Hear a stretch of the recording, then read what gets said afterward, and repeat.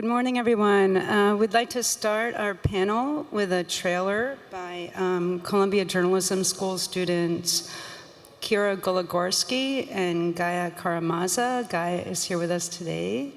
And this trailer is for a documentary that they made on the encampment.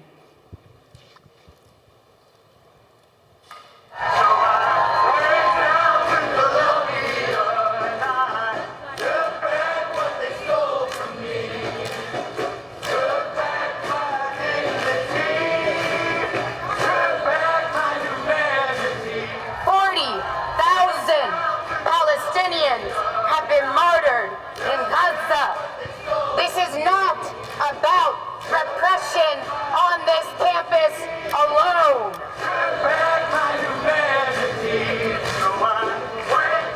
They want to silence us, whatever the cost, and we are not going to be silenced. We knew exactly what we were doing, and we were not planning on leaving until our demand is met or until they drag us out of here. So we'll see what comes first.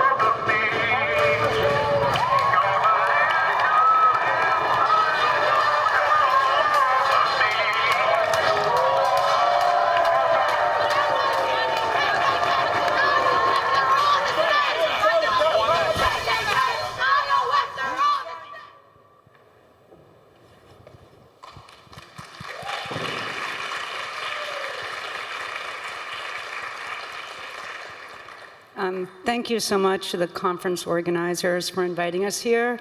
Your generosity and kindness and interest in this topic is very meaningful for us.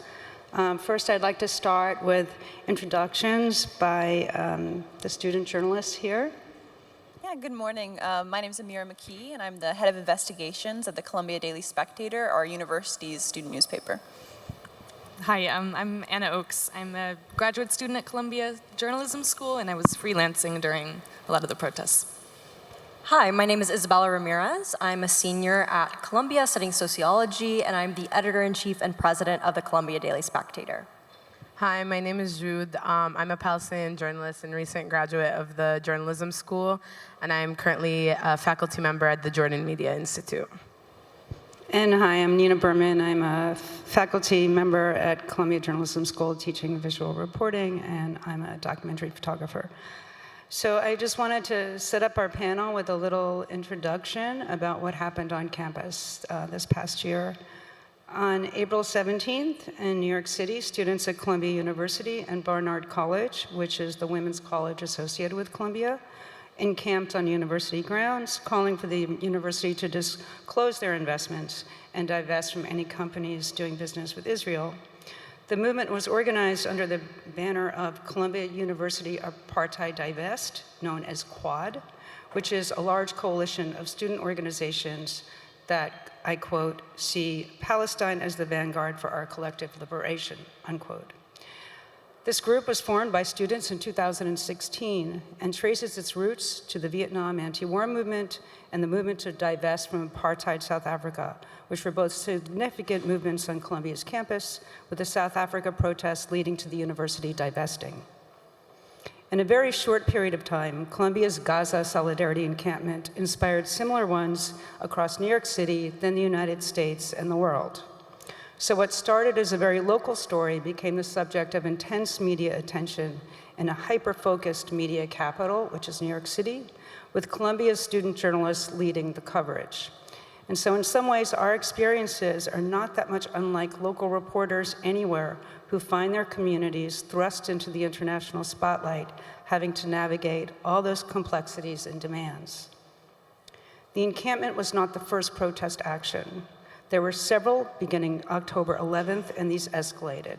Student groups were suspended, faculty organized to defend them, pro-Israeli faculty and administrators accused protesters of rampant anti-Semitism, right-wing Republicans in the US Congress took advantage of the situation to attack the independence of the university, with Columbia being a test case for their illiberal agenda. And all of this played out on social media with the expected disinformation and trolling. Columbia's campus had been an open campus, 24/7, with little security presence and free access to the grounds by local residents who used it as a playground for children, a dog park, and a peaceful resting place free from cars and the stress of the city. Now, the campus gates are shut. Numerous security guards are both inside and outside campus. ID checks are required for entry. Students and faculty are under investigation, and the campus trust is broken. So I would like to start off with a question for everyone. The encampment is formed on April 17th. President Namat Shafiq, who is new president to Columbia, is appearing before Congress to answer questions regarding anti-Semitism. What do you do? What is your first move as a journalist? Yeah, I was in a unique position because on the Columbia Daily Spectator, I specialized in covering the city. So before this moment, I had never covered anything within the gates of Columbia. I had never even interviewed a Columbia student. And so in this moment, the sort of urgency of this reporting, and specifically the involvement of the NYPD, pushed me to get involved in campus reporting for the first time. I hadn't reported much on things happening at Columbia, but so you have this like school experience within the campus, and then you're trying to freelance outside. But suddenly we had this feeling that this internal academic environment was being projected to the national stage. So it felt like there was this, like we were stepping outside of the grounds of the campus.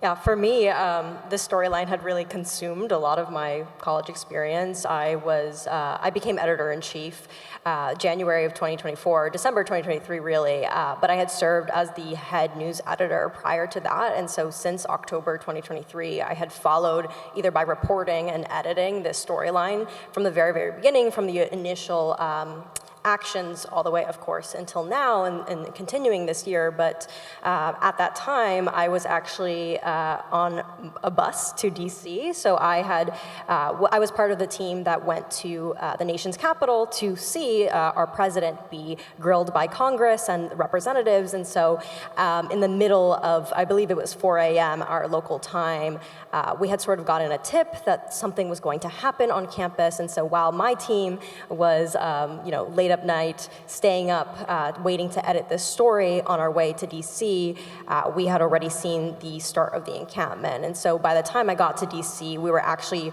running two separate teams. So we had our DC-based team doing live updates on the congressional hearing, and then we had this other team in New York trying to keep up with the updates in New York City with the encampment. And so it was really interesting because I kind of, as you mentioned in the intro, we saw these two different worlds kind of colliding, and I really got to be part of those two different realities, both in Congress and also at the encampment on our campus.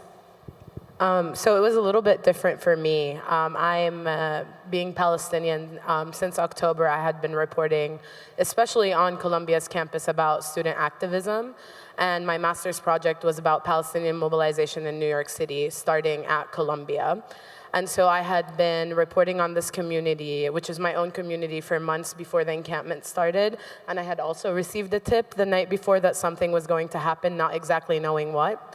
And then at around 4:30, I got a message saying that they're pitching tents on the lawn, and I ran out in my pajamas with my camera in order to go and see what was going on. And at the journalism school, the community is very, I would say, different than how it is in a lot of other places. And so quickly I was messaging Gaia and letting her know that something was happening, because Gaia was also reporting on this with Kira. And so we kind of all gathered and just went straight at it. And we had the context of campus before, and we had the context of what was happening in Palestine before. And so it was kind of our story that we had been trying to tell and waiting for something to happen. And I'm very happy that we stuck with it, because it gave us more access than I think a lot of other people had. So Jude, let's start with you, and then we can work our way back down to the panel. you had multiple identities covering this. So what rules did you create for yourself to maintain journalistic integrity while being true to yourself and your identity is either, in your case, Palestinian or as a student? Did you protest yourself? Did you sleep in the encampment, or was that out of bounds, and if so, why? I think for me, the first rule that I created for myself was even before the encampment, and it was I was very unhappy with the state of Western media and their complicity in the genocide in Gaza, and so I was very much so seeking out to create a different space to be able to tell the narrative of my community, because I felt like I owed them that, and I was too far away from Gaza to be able to cover, but too close to Palestine to be able to cover anything else. And so one of my main rules was, despite being a member of the Palestinian community on campus, I was going to commit to telling their stories in a way that's contextualized. So I was not a member of the encampment. I was not a member of any protest group. However, I did have very meaningful and deep relationships with the students who were protesting, and the Palestinian students specifically. Another rule that I had for myself is if I was engaging with the encampment and with students, I would make it known that I am acting in my capacity as a journalist. And so whenever they would want to tell me something, it would take a lot of extra steps to explain to them that what you're telling me I would like to use, and I would like to build up the trust between us in order to tell your story. And that was very challenging, and we were met with a lot of kind of criticism from students from being misrepresented by media. But to me, it was worth it to try and go ahead and build that trust and relationship and tell their stories contextualized as not just students protesting on campus, but as students reacting to a genocide, and making sure that what is happening in Palestine, now in Lebanon, is being bought into the stories that they're telling, instead of them just talking about what is just happening on campus. Yeah, and I had a different experience, of course, in the sense that my identity wasn't directly implicated by the events on campus. But I think at Spectator, what we really aimed to do was, A, stick to the ethical guidelines that we had kind of always set for ourselves in terms of what activity looked like and what journalism looked like. And so none of our reporters who were involved in reporting on this issue had been either involved in protests or counter-protests. And so we did keep that pretty like a strict boundary in that sense. But as a leader, I think that was my most interesting sort of identity, sort of, being a leader, a journalist, and a student, and being kind of responsible for a variety of different experiences and viewpoints on my staff, and how I could, offer support at a time in which this journalism was particularly complicated and tough, and also deeply, deeply emotional and personal to so many people. And so I really saw my role at that time as, how could I facilitate this for the many, many journalists in my newsroom, and how could I provide access and make this an accessible area of reporting, while also still maintaining our sort of guidelines and our expectations, and again, navigating the many different voices and experiences, and allowing that to shine through in our reporting. I'm a student, but I was reporting for outside outlets, so I felt like I was there in some ways as an outside reporter, and I wanted to avoid. It felt like if I approached people as a student, as a fellow student journalist, that would be somewhat misleading, because I had editors who were not part of the Columbia community at all. So I didn't get as close to the protesters or the encampment as I probably could have, because I wanted to. I didn't want to give the wrong impression that I was actually part of this community when I was acting from outside it, basically. Yeah, certainly. I think one of the things as an Arab American and as a student doing this reporting, like Jude said, I think especially when we're sourcing with students, there's a degree of sort of trust that was often given to us as student journalists that wasn't necessarily given to sort of national journalists or international journalists reporting on the same subject. And so I really made it a challenge for myself to have these thorough conversations with my sources that I am a journalist. You know me as an individual outside of my role in this capacity, but that everything you are saying to me, I would like to report on in this capacity as a journalist. And then secondarily, as the other panelists said, I think our responsibility, not even just as student journalists, but also as local beat reporters on this topic, to provide rigorous and thorough and urgent news that not necessarily counters, right, but prioritizes being accurate and contextualizing. Thank you. And this is a question for any or all of you. During your reporting, did you experience any pushback from administrative authorities, professors, other students, sources, and how did this influence the way you worked? Yeah, I mean, I think one of the most obvious was, of course, like during the police sweeps, right? We had two separate sweeps, and we had two, in my experience, two different experiences with the police, in which during the first setup of the encampment, the first sweep, there was quite a lot of individuals watching in terms of, there were, obviously, the people being arrested on our lawns, but there were also hundreds of students and other Columbia affiliates who were watching the arrests play out.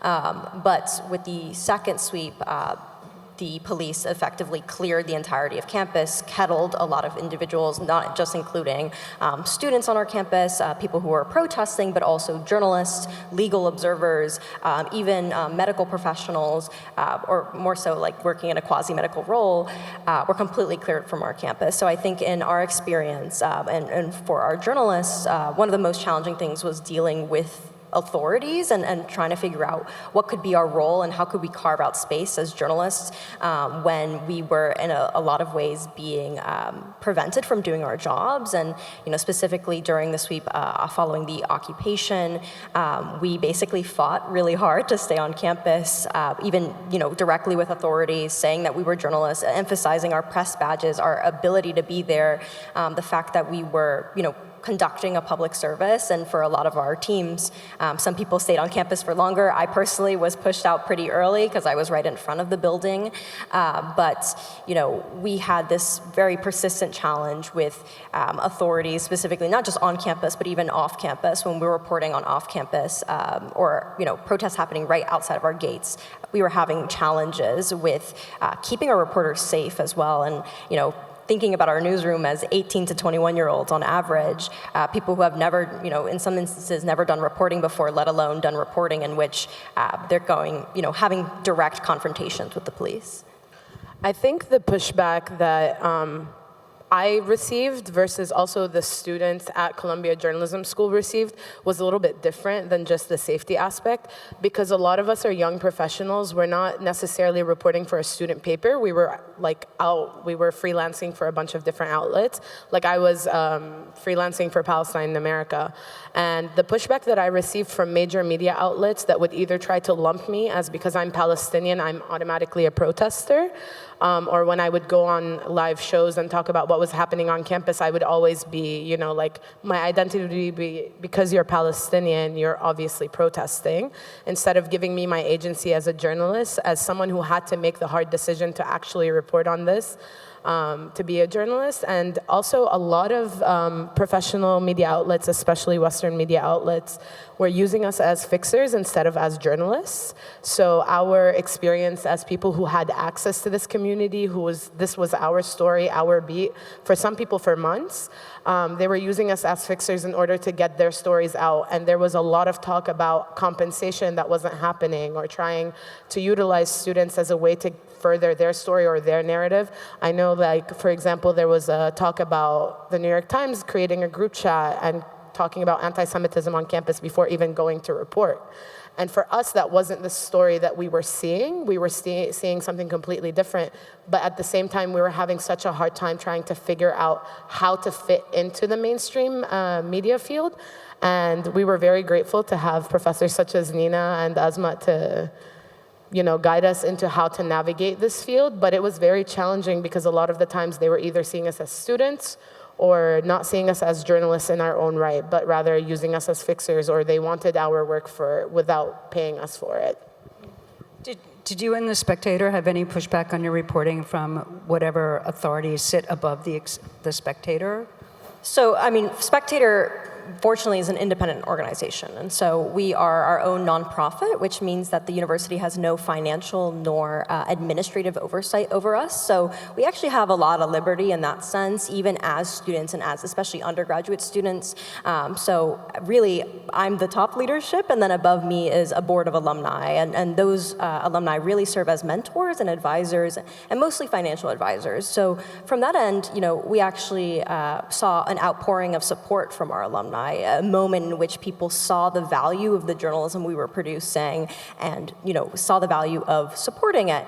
Now, from the administrative side, we always have this kind of tango with them in the sense that we have a pretty strong relationship with the comms office, but it's also, I think, with any journalists and communications or PR, it can be kind of complicated. And for us, not necessarily during the encampment, but prior to this, we had actually gotten into some pretty sticky situations, like legally, in the sense of we had gotten into, I've written actually about this in the past where we were threatened with a subpoena that never actually happened, but essentially for doing our reporting. And there was sometimes this level of concern for a lot of our students that, yes, even as an independent organization, what were the potential repercussions that we could face from the university still as students?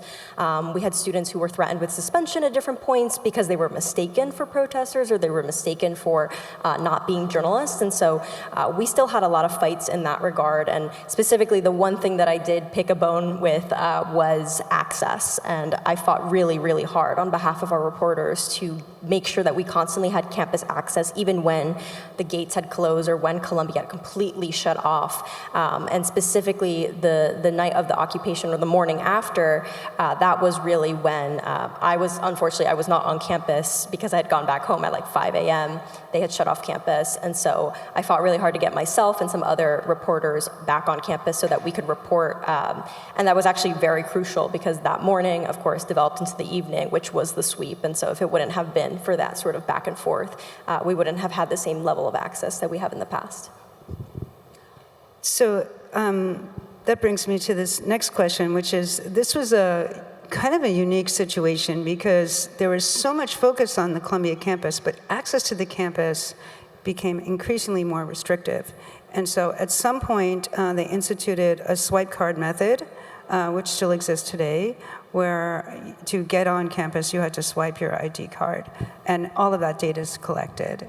And so the journalism school and our dean, Jelani Cobb, pushed back against this because press wanted access. And press were effectively shut out. The president of the university did not want press to cover the encampment. And so the journalism school put out a statement that said, we are going to let you into campus, and if you press people want to come in, you call us and we will facilitate your access to campus. And so, and then there was this sort of, conversation between the journalism school and the central administration around this. But what then was created was this bizarre situation of like press visiting hours, where you had, starting at 2 p.m., literally hundreds of press people coming in, all wanting to interview the sort of the animals inside the encampment kind of thing, right?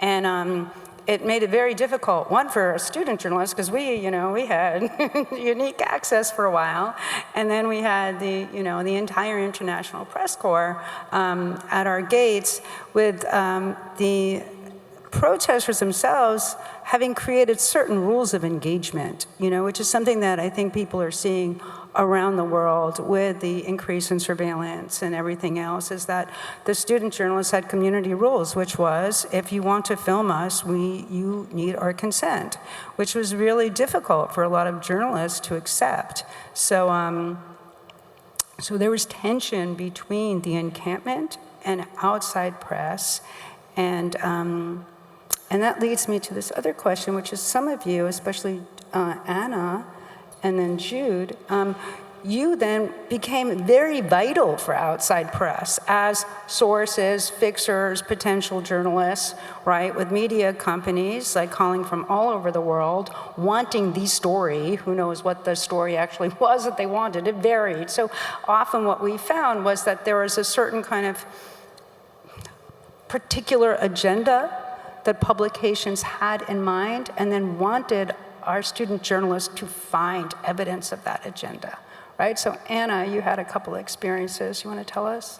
Yeah, as a relatively new journalist, it was at first very exciting to get these messages that people would find. I'm so used to pitching nonstop and trying to make my work like relevant to outlets, and suddenly having all these editors and producers reaching out to me was very exciting. So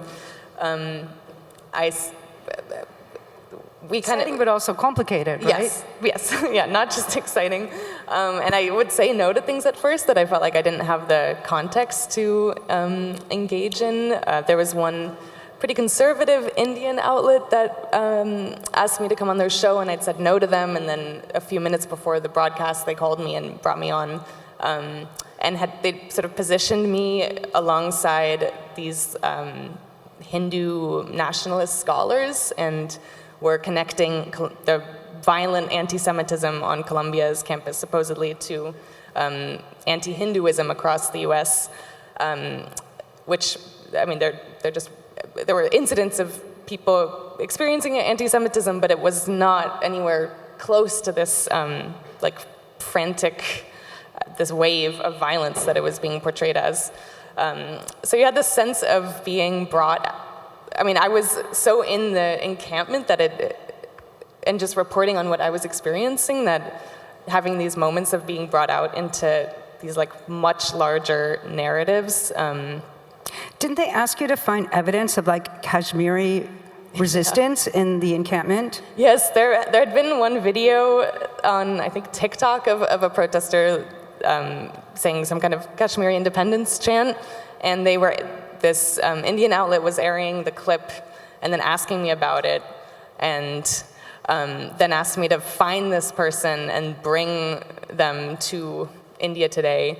Yeah, and my impulse so when they're talking about anti-Hinduism in the encampment, your impulse is to say, no, there's none of that, or all of the Hindu students are safe. I also would speak to some, on Univision, people would bring up, there was one interview where they were really pushing this anti-Semitism narrative, and you want to say there's no anti-Semitism at all. It's hard to find a kind of moderation in your reporting, especially when people are approaching you with such emotion. And yeah, I'd never brought my own Judaism into my reporting, or never felt like it was a big factor. But when people are saying that they're banning all Jews from campus, you feel like you don't have I suddenly had to say, well, that's not true, because I am on campus every single day. And so you kind of resent this feeling that you have to bring in your identity into your reporting when, as Jude can speak, or everyone here can speak to. But. And Jude, you had some experiences too? Yeah, I think one of the main ones is I was being called consistently by a producer who wanted me to go on TV and have a dialogue with an Israeli student, and I kept asking, what do you want me to talk about? Because I'm covering this, I'm reporting. I don't have time to go on just as a student. That's not what I'm doing right now. And they kept insisting on this point that you're a pro-Palestinian student, and we need your voice to kind of have it in together with a pro-Israeli student. And I was just very baffled because, first of all, I'm Palestinian, so for you to assume that without talking to me, without telling me what's going on. And second of all is this looping in of we need you as a voice to kind of go up against someone else to validate an experience of what you're reporting was just very bizarre. And then again, I kept being asked to go on to talk about freedom of press and freedom of speech on campus when that was not my beat. My beat was talking about student movements and why they are happening on Columbia's campus. And it was very much so to contextualize that this is a reaction to there was a day where I was walking to campus on my phone and I was doing an interview with a protester, and he was telling me how he had just seen tents burning in Rafah, and that's why going to the encampment felt so necessary to him, is like, this is the reality where we need to reject everything and reject our own complicity at Columbia. So I wasn't focused on the student repression. That wasn't my focus as a reporter, but I still went on, and my trust was broken, and I was put on to talk about freedom of speech in the United States. And it was not a great situation because, again, the coverage is just very much so went on to be US focused when the students were trying to completely reject that. Amira, did you have any experiences with sort of outside media companies that you felt were either trying to hijack a narrative or to, impose a narrative or anything? Yeah, I think something that was interesting and new to me, and I know new to most of the student reporters at the time, was sort of the number of media requests that we were getting to present, ideally, our reporting on television or be interviewed. And I know I had a series of experiences that, sort of similar to what Jude just spoke to, requested me to speak as an activist, as a student with an opinion, as opposed to presenting my reporting, right? That I and the other reporters were working 24/7 on. And something that I think that I sort of struggled with, but eventually, after lots of experience during this time, found was that many of these appearances I said no to. I said, unless you want me as a reporter speaking to my reporting experience, I will not come on. And I know many of the other reporters who said yes to some of these opportunities were presented as students and didn't realize that they were being represented as a student with opinion until they watched the clip later and it said Columbia University student, right? And so I think, much like Nina said before, being, at the end of the day, local beat reporters, right, who our area of expertise was suddenly subject to national attention, I think we were experiencing what many other reporters have experienced. One of the things, one of the positives about this from reporting and journalism ecosystem was that The Spectator became a really, really vital source of information, not just for students and faculty on campus, but for anyone around the world interested in this subject. So, Isabella, can you run us through, what was the daily traffic of The Spectator normally, and then what happened starting in April? Yeah, I mean, certainly in April, we had an unprecedented amount of engagement with our newspaper. And, probably on average, we were averaging, in a normal year or a year prior to this, maybe 350,000 page views a month.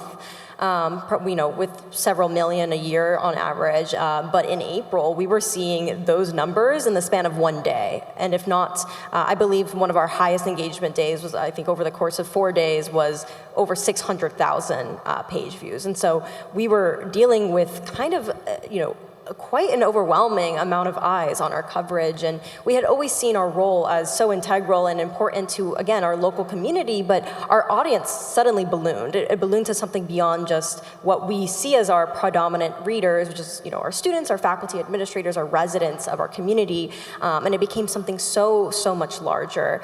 And it was quite surprising as well because, as a nonprofit, sort of small, relatively newsroom, it was shocking to see how much people were coming to us as a news source, and especially considering how competitive the field was, right? As you mentioned prior, as a media capital in the United States, we were competing head to head sort of for the same exact stories that national outlets with, much more resources were, also covering. We were doing the same, and we were doing it with, again, young reporters, many of whom this is their first experience in this, industry, in this career, and also with much less money than they had. And, I think that was also, in a lot of ways, our strength was the fact that we have been such a community-based paper for such a long time. That was still our, ethos, even during a time in which this was the national and international story. We still saw it as a community story, something that we were reporting from within and using that expertise. And again, this was certainly a very specific spike, but we had seen such an increase in engagement since, again, October 2023. And so from the very beginning, I think what was so important to Spectator's coverage was, again, the fact that we had been here the entire time. We had been covering these stories, we had been talking to these students. A lot of the fact, yes, we had such great sourcing relationships because our reporters put in so much effort, put in so much time into building these community relationships, but also because we didn't come in just because they set up the encampment, right? We had been developing relationships with a lot of the organizers, the protesters from the very, very beginning, and kind of, in some cases, even making mistakes and stumblings and learning from how, we were potentially contributing to either harmful or not always, the best media practices or narratives, again, because we were a learning newsroom. And so we had spent so many months learning and, being and engaging with such a wider audience and seeing how our reporting was being received. And so by the time we got to April and we had these massive spikes, we sort of were able to match the level of rigor that we had developed over the course of almost a year with that level of engagement. And were there particular sections of The Spectator that you found to be especially popular among readers? I mean, certainly, obviously, it was news and opinion. So we had a lot of our news stories first, with the initial setup of the encampment, with the first police sweep, the occupation, the sweep of that occupied building. Those were all very prominent news articles that got us a lot of engagement. But also, our opinion stories were getting a lot of views and also a lot of commentary online, which is part of what we aim to create as a space for discourse. And so we have a editorial team that creates staff editorials. And so I believe during that time, our staff editorial, one of our initial ones was about Shafiq and sort of her failure of leadership during this time. And that was so highly engaged with. I think it was cited in the New York Times. It was cited in a ton of national media outlets, but part of what I saw to be so useful and so meaningful, specifically with our editorial page, was how I think people were looking for pointed conversations regarding this. Right, there was the news angle certainly, which has value, but also the specific stances from our community and the ways that people were reflecting on this moment at deeply personal levels, and also engaging in sort of conversations about what were the much broader implications of what was happening on our campus. And so, it was so wonderful to see, and also to see specific people's voices highlighted in Spectator, and also widely engaged with among others in our community. Amira, did you have any particular change in your reporting or in your profile on campus as a result of your reporting and The Spectator's popularity? Yeah, the very first story that I wrote in sort of this storyline saga was the New York Police Department did a press release, right, in which Chief John Chell essentially had this quote saying that Columbia University had identified the clear and present danger the NYPD had not, right? And so we were watching this public press conference. I hear that quote, and I think, wow, the NYPD is throwing Columbia under the bus in this, right? And so we write up that story. That's the headline. We put it out there, and that picks up so much attention because as student reporters, as reporters familiar with the topic, we knew immediately that that quote was the story. And it gained so much attention that despite every other outlet being at that press conference, many outlets cited the Columbia Daily Spectator as the source of that quote, that Chief John Chell had said it to us. And so I found that sort of as our popularity increased, as more people were reading, the sort of urgency of our news, everything that we wrote, we knew so many people would be reading it. So understanding not just how it would influence our readers, but also how it might influence national media attention, especially as we knew other sort of publications were looking to us as to what was happening on campus. So I want to turn the conversation a little bit to the New York Police Department and their role in all of this. For those of you who may not know, the New York Police Department has around 50,000 employees. New York City is one of the most heavily policed cities in the world. New York Police Department has offices outside of New York City and around the world. Many of their officers are trained by Israel. Since September 11th, the city has become far more militarized. During the encampment, there were NYPD helicopters constantly. There was drones around campus constantly. The chief security officer at Columbia is a former New York City Police Department official who made his name during the Occupy Wall Street movement by shutting down Occupy Wall Street. So there is a a very close, intense relationship between Columbia and the New York Police Department, and also a culture at Columbia not to bring in the New York Police Department inside the gates. To do so would be considered a major taboo, but the New York Police Department entered twice. The first time dramatically, but not necessarily so violently, the second time violently. And so the second time, after the occupation of Hamilton Hall, which was a very symbolic building on campus, and it was renamed Hins Hall by the protesters, basically the New York police declared it like a no-go zone, the whole campus, right? And they rolled out so much equipment. They shut down the entire community outside of Columbia. It appeared like an almost training exercise. And here we were, having spent, I think the Hins Hall was April 30th, was that what it was? Okay. So we had spent 17 days pretty much nonstop reporting, and we were ready for this moment, okay? There was lots of rumors flying, the National Guard was gonna come in, I mean, like a lot of fear on campus. And then they come in, and they kick us out, right? And in the journalism school, some of us stayed in Pulitzer Hall. Not me, but I was kicked out with a bunch of the rest. But our dean, for instance, was threatened with arrest. And this was a very emotional experience for young reporters. Maybe for many of you, your first encounter with a heavy militarized security force, right? And being kicked out of basically your own home. Yeah. So can you just tell us like what that felt like, and in retrospect, were there any lessons learned about maybe how you could have stayed longer or what you could have done? I don't have any answers for this. I'm just really curious like what your personal experience was. So let's start here.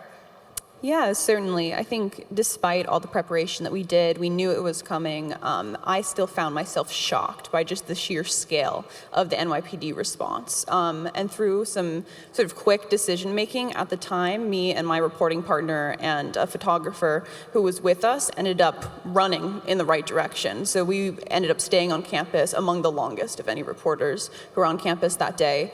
And sort of through a lot of happenstance, we were threatened with arrest, chased to what was a locked gate on campus, and because this group of officers was not prepped on how the campus operated and how to get in and out of it, we were chased to a locked gate in order to leave from said gate. And through luck, a public safety officer, which is Columbia's security measure, stepped between us and the NYPD officer and said that he knew us, he did not know us, and escorted us out. And so I think writing an article on your phone as this is all happening was certainly a learning experience, and I think the sheer surprise at the NYPD reaction is one of the things that I took away. I'm now noticing the time, and I want to make sure that we have like plenty of time for Q&A. So I don't want to cut you off, but if you just want to like say your responses pretty quickly to that, and then we can go for Q&A because I'm assuming there'll be some questions. I want to say something really quick. For me, that night was the night I regret the most out of the entire encampment and how we were pursuing coverage. We had an amazing team of reporters. We were called Law and Order, and we were also supportive of each other. But I want to mention that that night for me, the reason that it was the most disappointing night is because I felt a responsibility to report on this community, which is my own community. And granted, this is nothing compared to like what journalists go through. We weren't violently beaten up. We were not arrested. There's journalists being killed in Gaza as we speak. But the reason that it was so frustrating was because we were being taught how to report. And then everything that we were being taught was kind of thrown out the window because the NYPD was pushing us out with batons. And our students, the students that we covered singing and eating and sleeping and going about their protests and their lives, and who cried to us and trusted us with their stories, we could not be there to document what they had gone through, and we had to hear it while being pushed out. Okay, I'd like to leave some time. I'm sorry to cut you off. I just want to leave some time for Q&A. Does anyone have some questions? Yeah.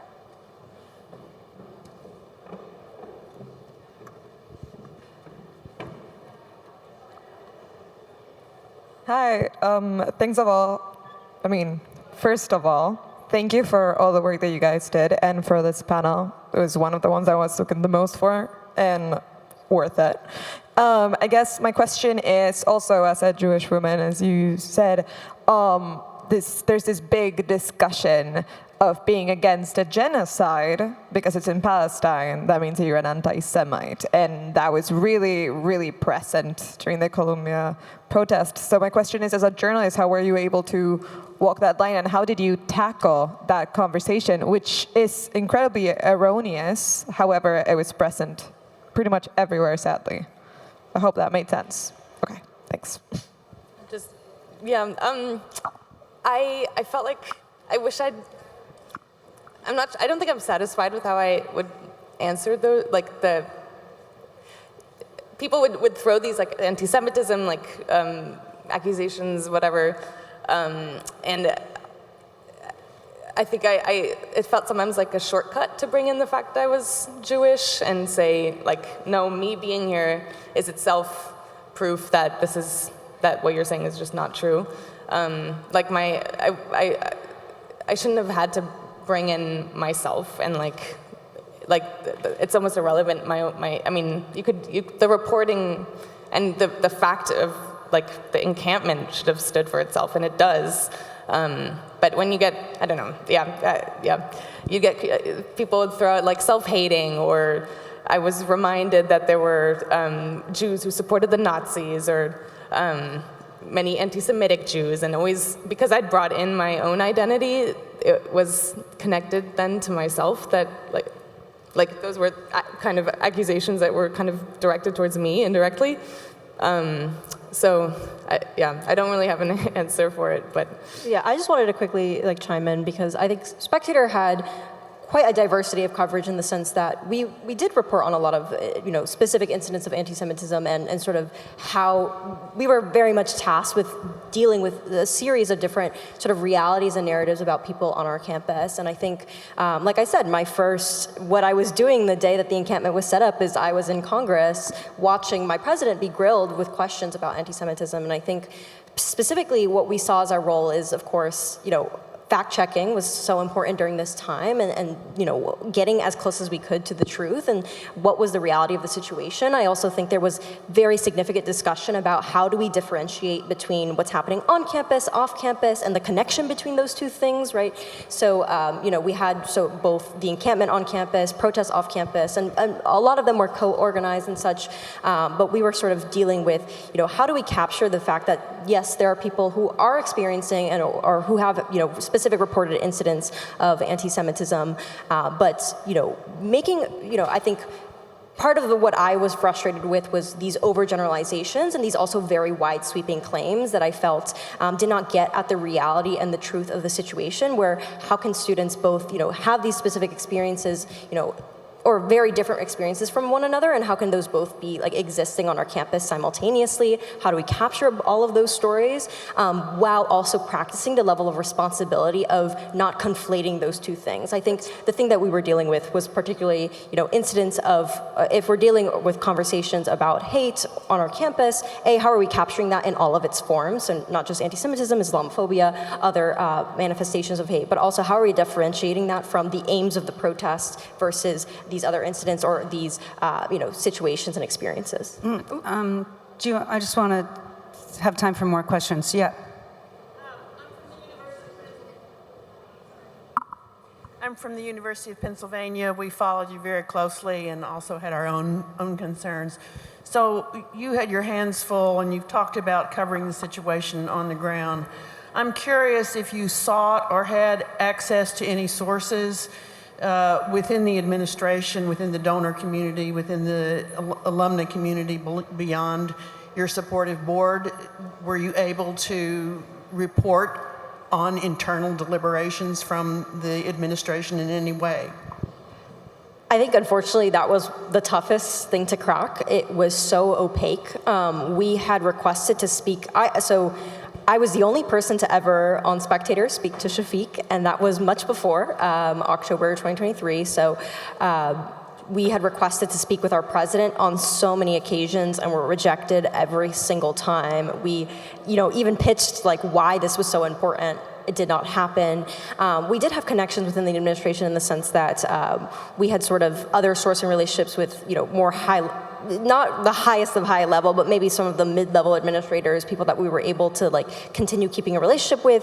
We have a task force on anti-Semitism. We've also reported with them and spoken with them on multiple occasions. And so we were having a really hard time capturing this donor landscape, although we reported on a few of the significant donors who pulled out, such as, I think, but we didn't have great, honestly, our trustees were really inaccessible to us, and that was providing a sort of barrier to us. But, we had some level of access that we had just continued, from other relationships we have built. But honestly, very little from that side.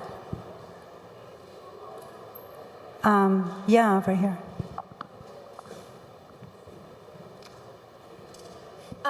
I just wanted to ask, I'm sort of very curious, the university I'm from, Wits in Johannesburg, had very similar, very intense protests a few years ago on a different topic, but very militarized.